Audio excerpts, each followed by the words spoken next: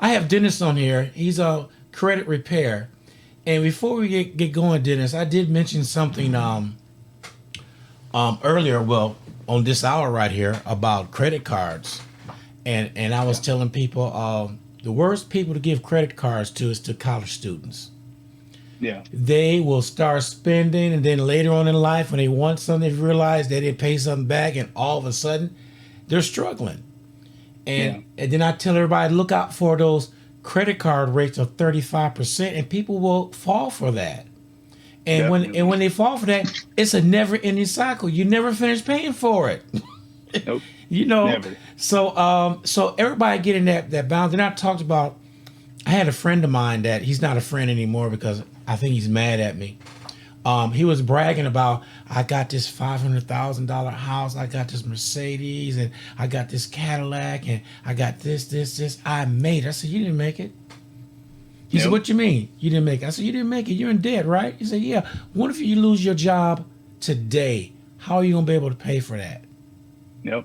Then I said, when you made it is when things are paid for. He said, what you talking about? I said, man, I can brag now. My house is paid for. My truck is paid for.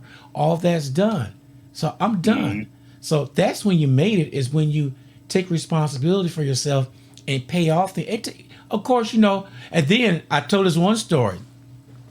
When I first went to a bank to get a loan, they told me I needed credit. I said, okay, how'd I get Yeah. credit? Get a credit card. I said, okay.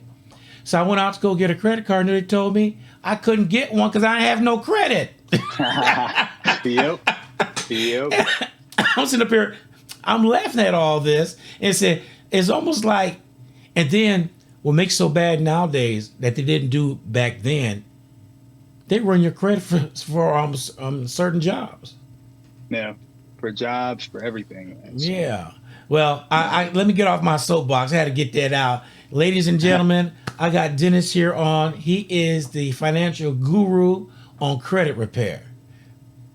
hey, man, how's it going this morning? It's going good. It's going good. Good, good, good. So, yeah, we can get into a couple of the topics that you mentioned already, and also kind of give some tips around that as well, because there's ways to kind of avoid these traps. So, if I can help people kind of understand it, that'd be good. Okay. So let's Definitely. start off with I want to start off with the young ones, the college students, the ones who's Yeah. out there now establishing their credit, and they don't even know they're establishing their credit. They're just out there having a good time. Now, not all Yeah. college students are like that. Some are responsible, and they know. And I'm gonna go back a little bit and say the reason why I think kids struggle through that. I know the parents will teach you how to do that. I remember in high school, we learned how to balance a checkbook. Yeah. We learned how to do Definitely. all that stuff in high school. They took that away from high school. Yep. And, Yep. and, and I truly believe it started right there, the downfall of everything. And then, who knows, payday loans, all that took over, and everybody just in debt. Yeah. I mean, that's the bad thing about getting to people that young without them properly having education around the topic like credit.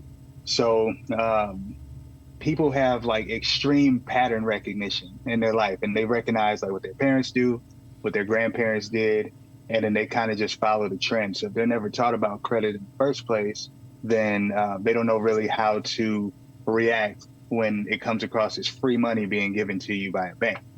So I try and educate my kids early about credit, but one major way to kind of stop that cycle from going on is a lot of people add their kids on as authorized users to like their oldest credit card with the best history and the lowest balance before they even graduate high school.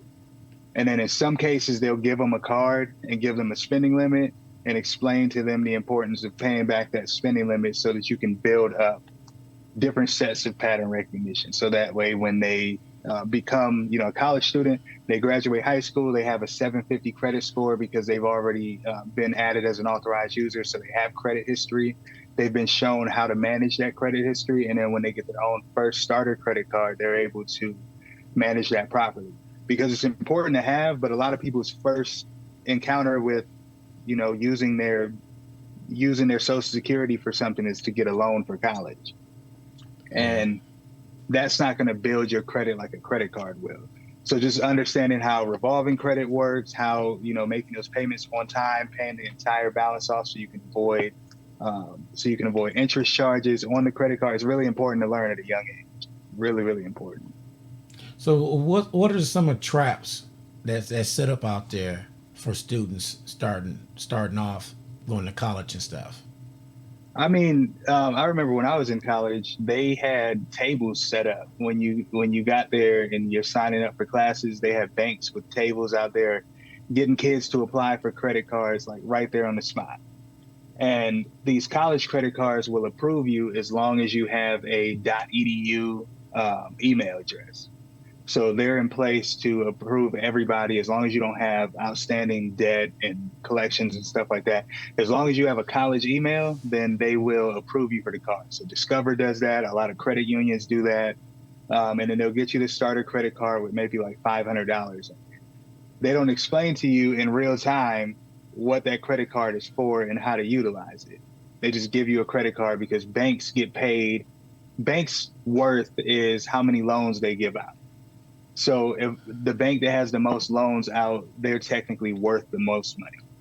So their goal is to get as many people into these products as possible, misusing these products so that they can get paid every month, minimum balances, and that only goes towards the interest. And then you have a very small percentage that goes towards the principal. They make their money in the difference. So speaking about interest, what is the average interest rate there for college kids with credit cards? I mean, they'll probably get a lower interest rate than, people with other credit cards. Maybe they're sitting around 18%, up to maybe 21% interest. But, if you got a $500 credit card and you max it out in a day and you're paying a minimum payment of $25, it's going to take you like 9 years to pay it off. Oh man, It's crazy. man, it's just like going to the loan shark. Yep. That $500 9 years. Do the math on the interest rate on that. They're making a killing. They're making a killing. Every single month, they're making a killing. That's why banks don't really mind giving out the credit cards to people. Like, if you've shown a pattern of bad usage of credit card, of course, they're not going to give it to you. But college students are brand new. So they're a new set of people they can get caught up in that world. Yeah. So what about I explained that my mom had a credit card and they dropped her because she paid it off every month. Yeah. They told her That can happen too. Yeah, they told her she was not a risk or something. I forget how they worded it, but you pay it off too much. We can't make basically they couldn't make no money off her. Yep. There's a lot of banks that do that. And like Capital One is one of those banks. Mm-hmm. If you pay it off every month and you show, basically when you pay it off completely and it's reporting a zero balance every month, it looks like you're not using it.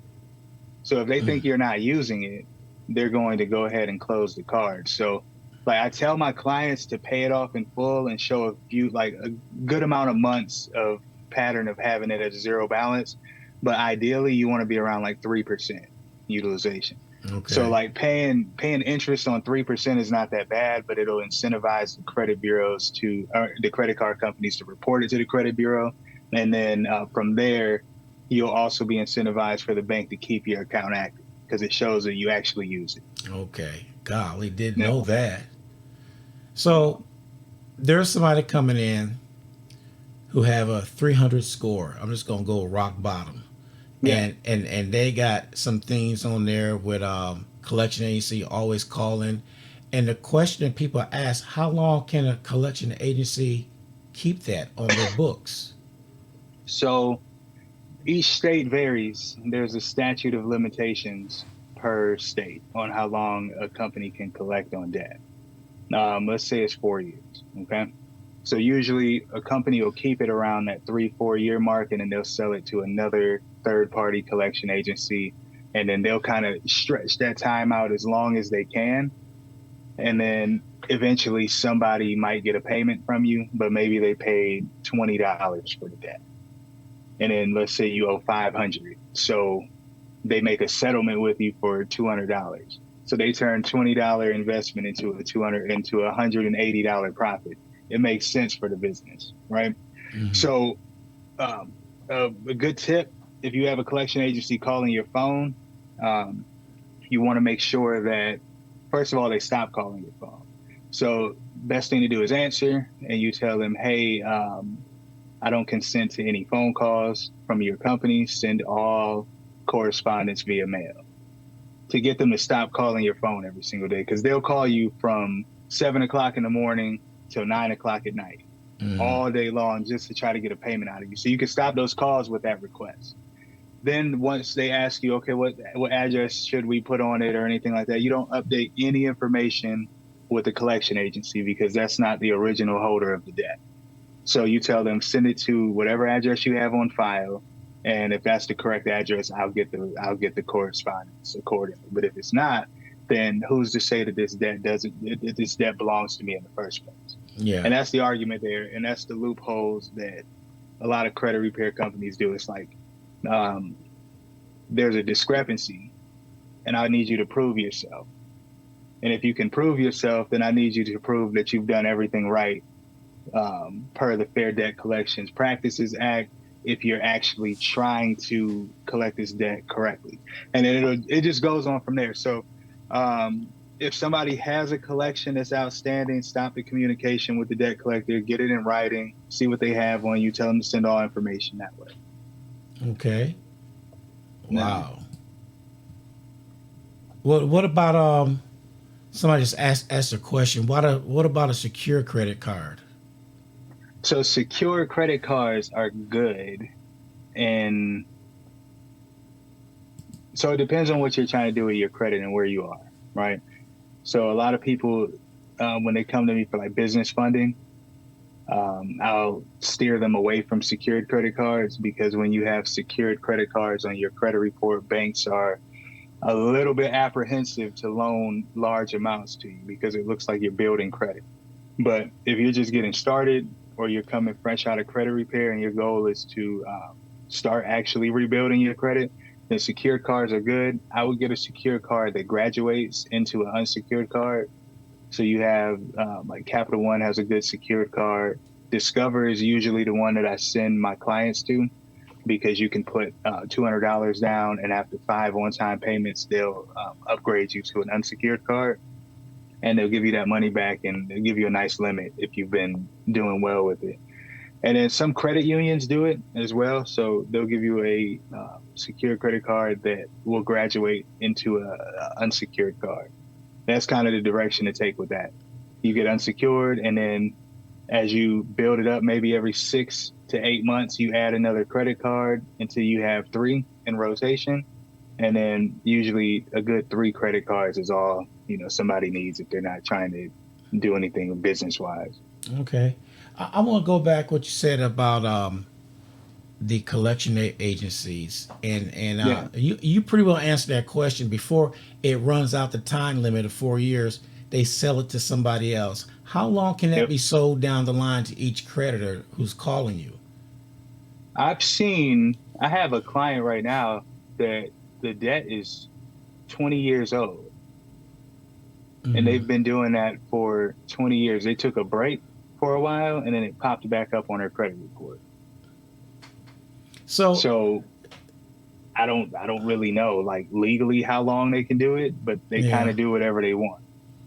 So you just said it. Does it come off the credit report, then 4 years later it pops back on there? Sometimes, yeah. So they could do that, huh? Yeah. That sounds a little shady to me right there. Anybody can put anything on your credit report if they have your information. They can put it on your credit report, and it's kind of up to you to like dispute the validity of it. But anybody can just drop something on your credit report. You just pay the credit bureau to report it. So now, how many credit bureaus? Is it 3 major ones? There's 3 major, and there's over 300 secondary bureaus. Yeah. So you have TransUnion, Equifax, and Experian. Those are the main 3. Most banks use Experian to make lending decisions, and then they'll go to TransUnion for that second opinion. And Equifax is rarely used, but it's used more for like mortgages. Oh, okay. Okay. All right. Yeah. So, disputing.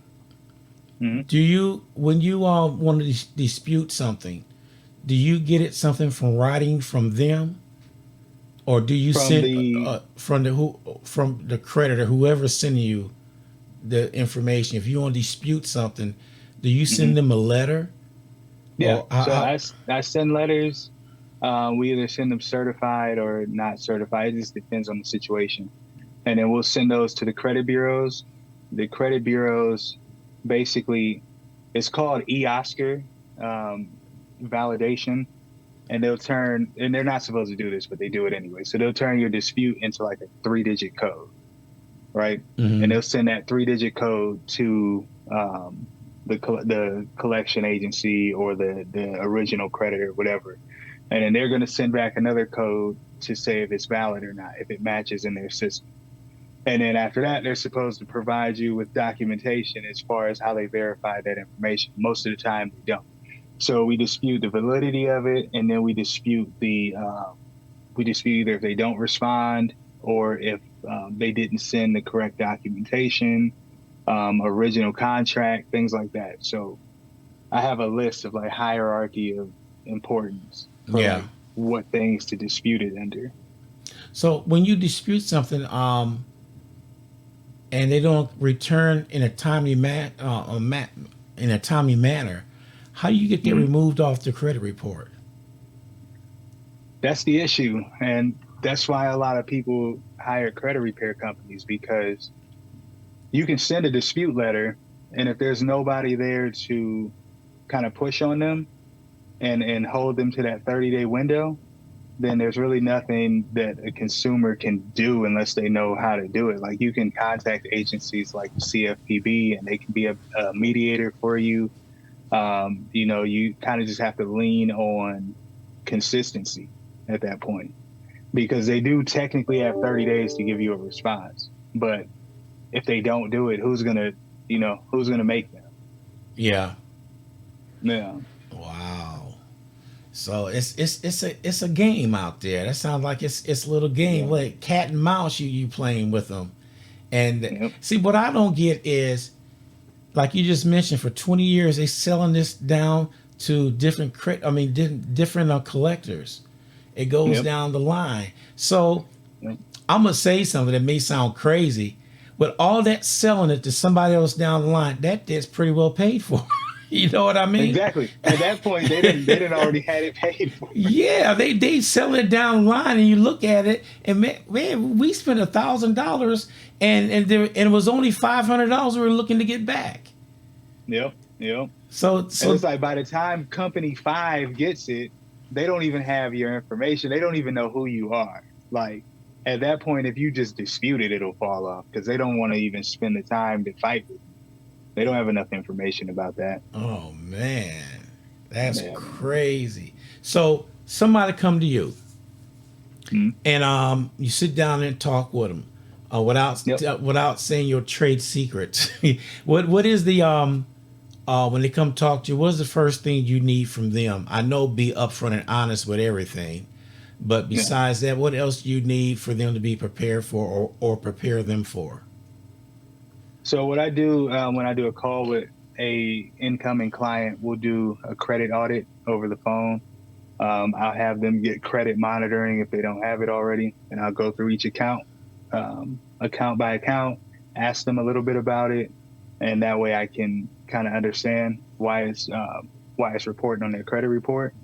And then once we kind of go over and do the verbal audit, kind of just a rough audit, then I'll have them go to my website, creditroyalty.co, and they'll go ahead and sign up on the forum, provide the information that we need, and they'll get access to the portal, the online portal where they can upload personal documentation so that we can attach that to the letters and send that out. They'll also sign up for credit monitoring there, where I'll import the credit report and provide them with a paper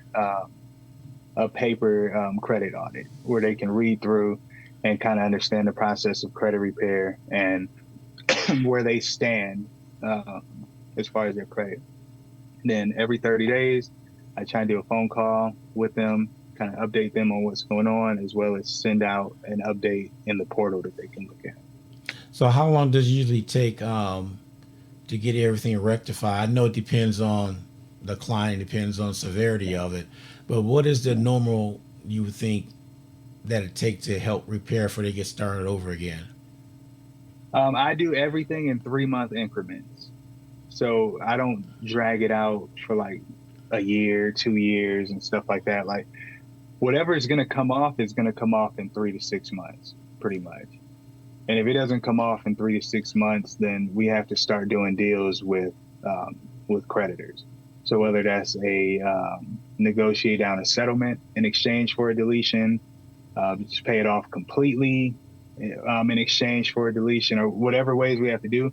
Once you dispute it enough times, we know that it's not going anywhere based on dispute. So we have to, have the client come out of pocket a little bit to rectify it. And then sometimes stuff just doesn't get rectified, and you just gotta kind of wait for that 7-year mark for it to fall off. But then they'll sell it to somebody else, so it never will fall off, right?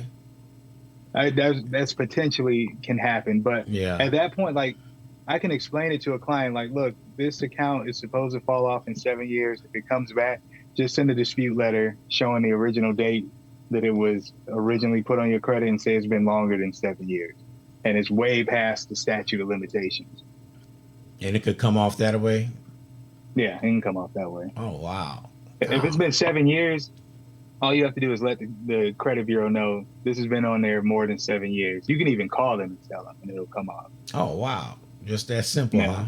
huh? Yeah. So For stuff like that, yeah. yeah, I would think that for now. Well, what's the misconception that people say when you run a credit report for yourself that hurts your credit? So yeah, that's an old misconception. I try to get people over that. Like I don't want this to come across the wrong way, but like my younger clients that come in, they kind of understand because we've had like Credit Karma and stuff like that for all of these years. But the older clients that I have, sometimes they're a little bit like touchy about signing up for credit monitoring. But the only way you get a hard inquiry on your credit report is when you're applying for credit. Like when you're trying to actually get money from a bank, that's the only time you're going to get a hard inquiry on your report. Okay. No. I have somebody ask another question. Say I have a creditor pay $1 to keep my account in order to keep them open. Yep. Okay. And that's illegal. That means they re-aged the debt, and that's 100% illegal. You should definitely dispute that. Okay. Definitely dispute that. Because they change the amounts. If they change the amounts, if they change the dates, if they change the account number, if they change the date of last payment, the date of last activity, any of that stuff changes from the original reported account, that stuff comes right off the credit report. Oh man. See, a lot of people's not educated on that right there, on how they go about that. It's just like Yeah. I had a deal with the bank, and I had somebody misuse my card, misuse my card, and I got it taken away. It was Yeah. fine. But then the next time around, the next month came around, they changed the amount and charged me again. Wow. And I said, how can they do that? The bank said, well, only way we can stop that is you get another debit card. That's the only way to stop that, because they was using the debit card. So they figure out a way of getting around that. That's crazy. And, and these That's people out there crazy. are vultures. I mean, and right now, this season, right now, the holiday season, they are Yeah. out there. They are Yeah, out there. definitely. They got people 35, 40% saying, man, we'll give you $1,000 credit card. They don't read the fine print, 40% interest. Nope. They don't read it. And then people don't know how to manage the interest. Like you can get a credit card at 40% interest and never pay the interest on it. You just have to use 10% or, no more than 30%. Mhm. And then when the due date comes, you pay that thing off completely. And then give it about 3-4 days to report to your credit report, and you'll never pay interest on a credit card. Oh. It doesn't matter what the interest rate is. Wow, I didn't know that. Yeah. So you get it Yeah. in there, you pay it off. It's when you late paying is when the interest come in, right? Not, no, when you have a balance Oh, at a all. balance. Okay, a balance. So you're going to pay 40% interest on the balance owed to the credit card. Mm.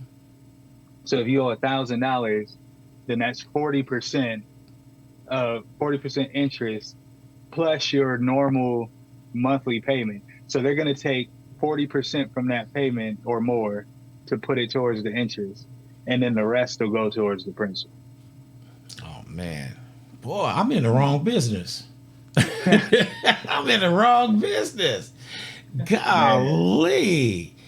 Oh man. So with you out there and people come to you and all that, I'm pretty sure that you get your share of folks coming in. yeah, yeah. And well, what is the age you think they come in? Is it 40, 50? It's usually my range is usually about 30 to 50. Okay. Those are usually the demographic of my clients. And then they're at different points of their life trying to do something, like, so they're trying to get a car, they're trying to get a house, or just trying to do overall improvement. Maybe they made those mistakes in their 20s, and now they're trying to move forward, or they want to fund their business and they need access to capital. So yeah. Yeah. Ooh, tell me about funding the business. It's not nice out there. People are starting a business Nah. right now. It's hardcore, man. I'm telling everybody out there, don't do. I mean, if you want to do it, go into it. See, a lot of people will not do a business plan.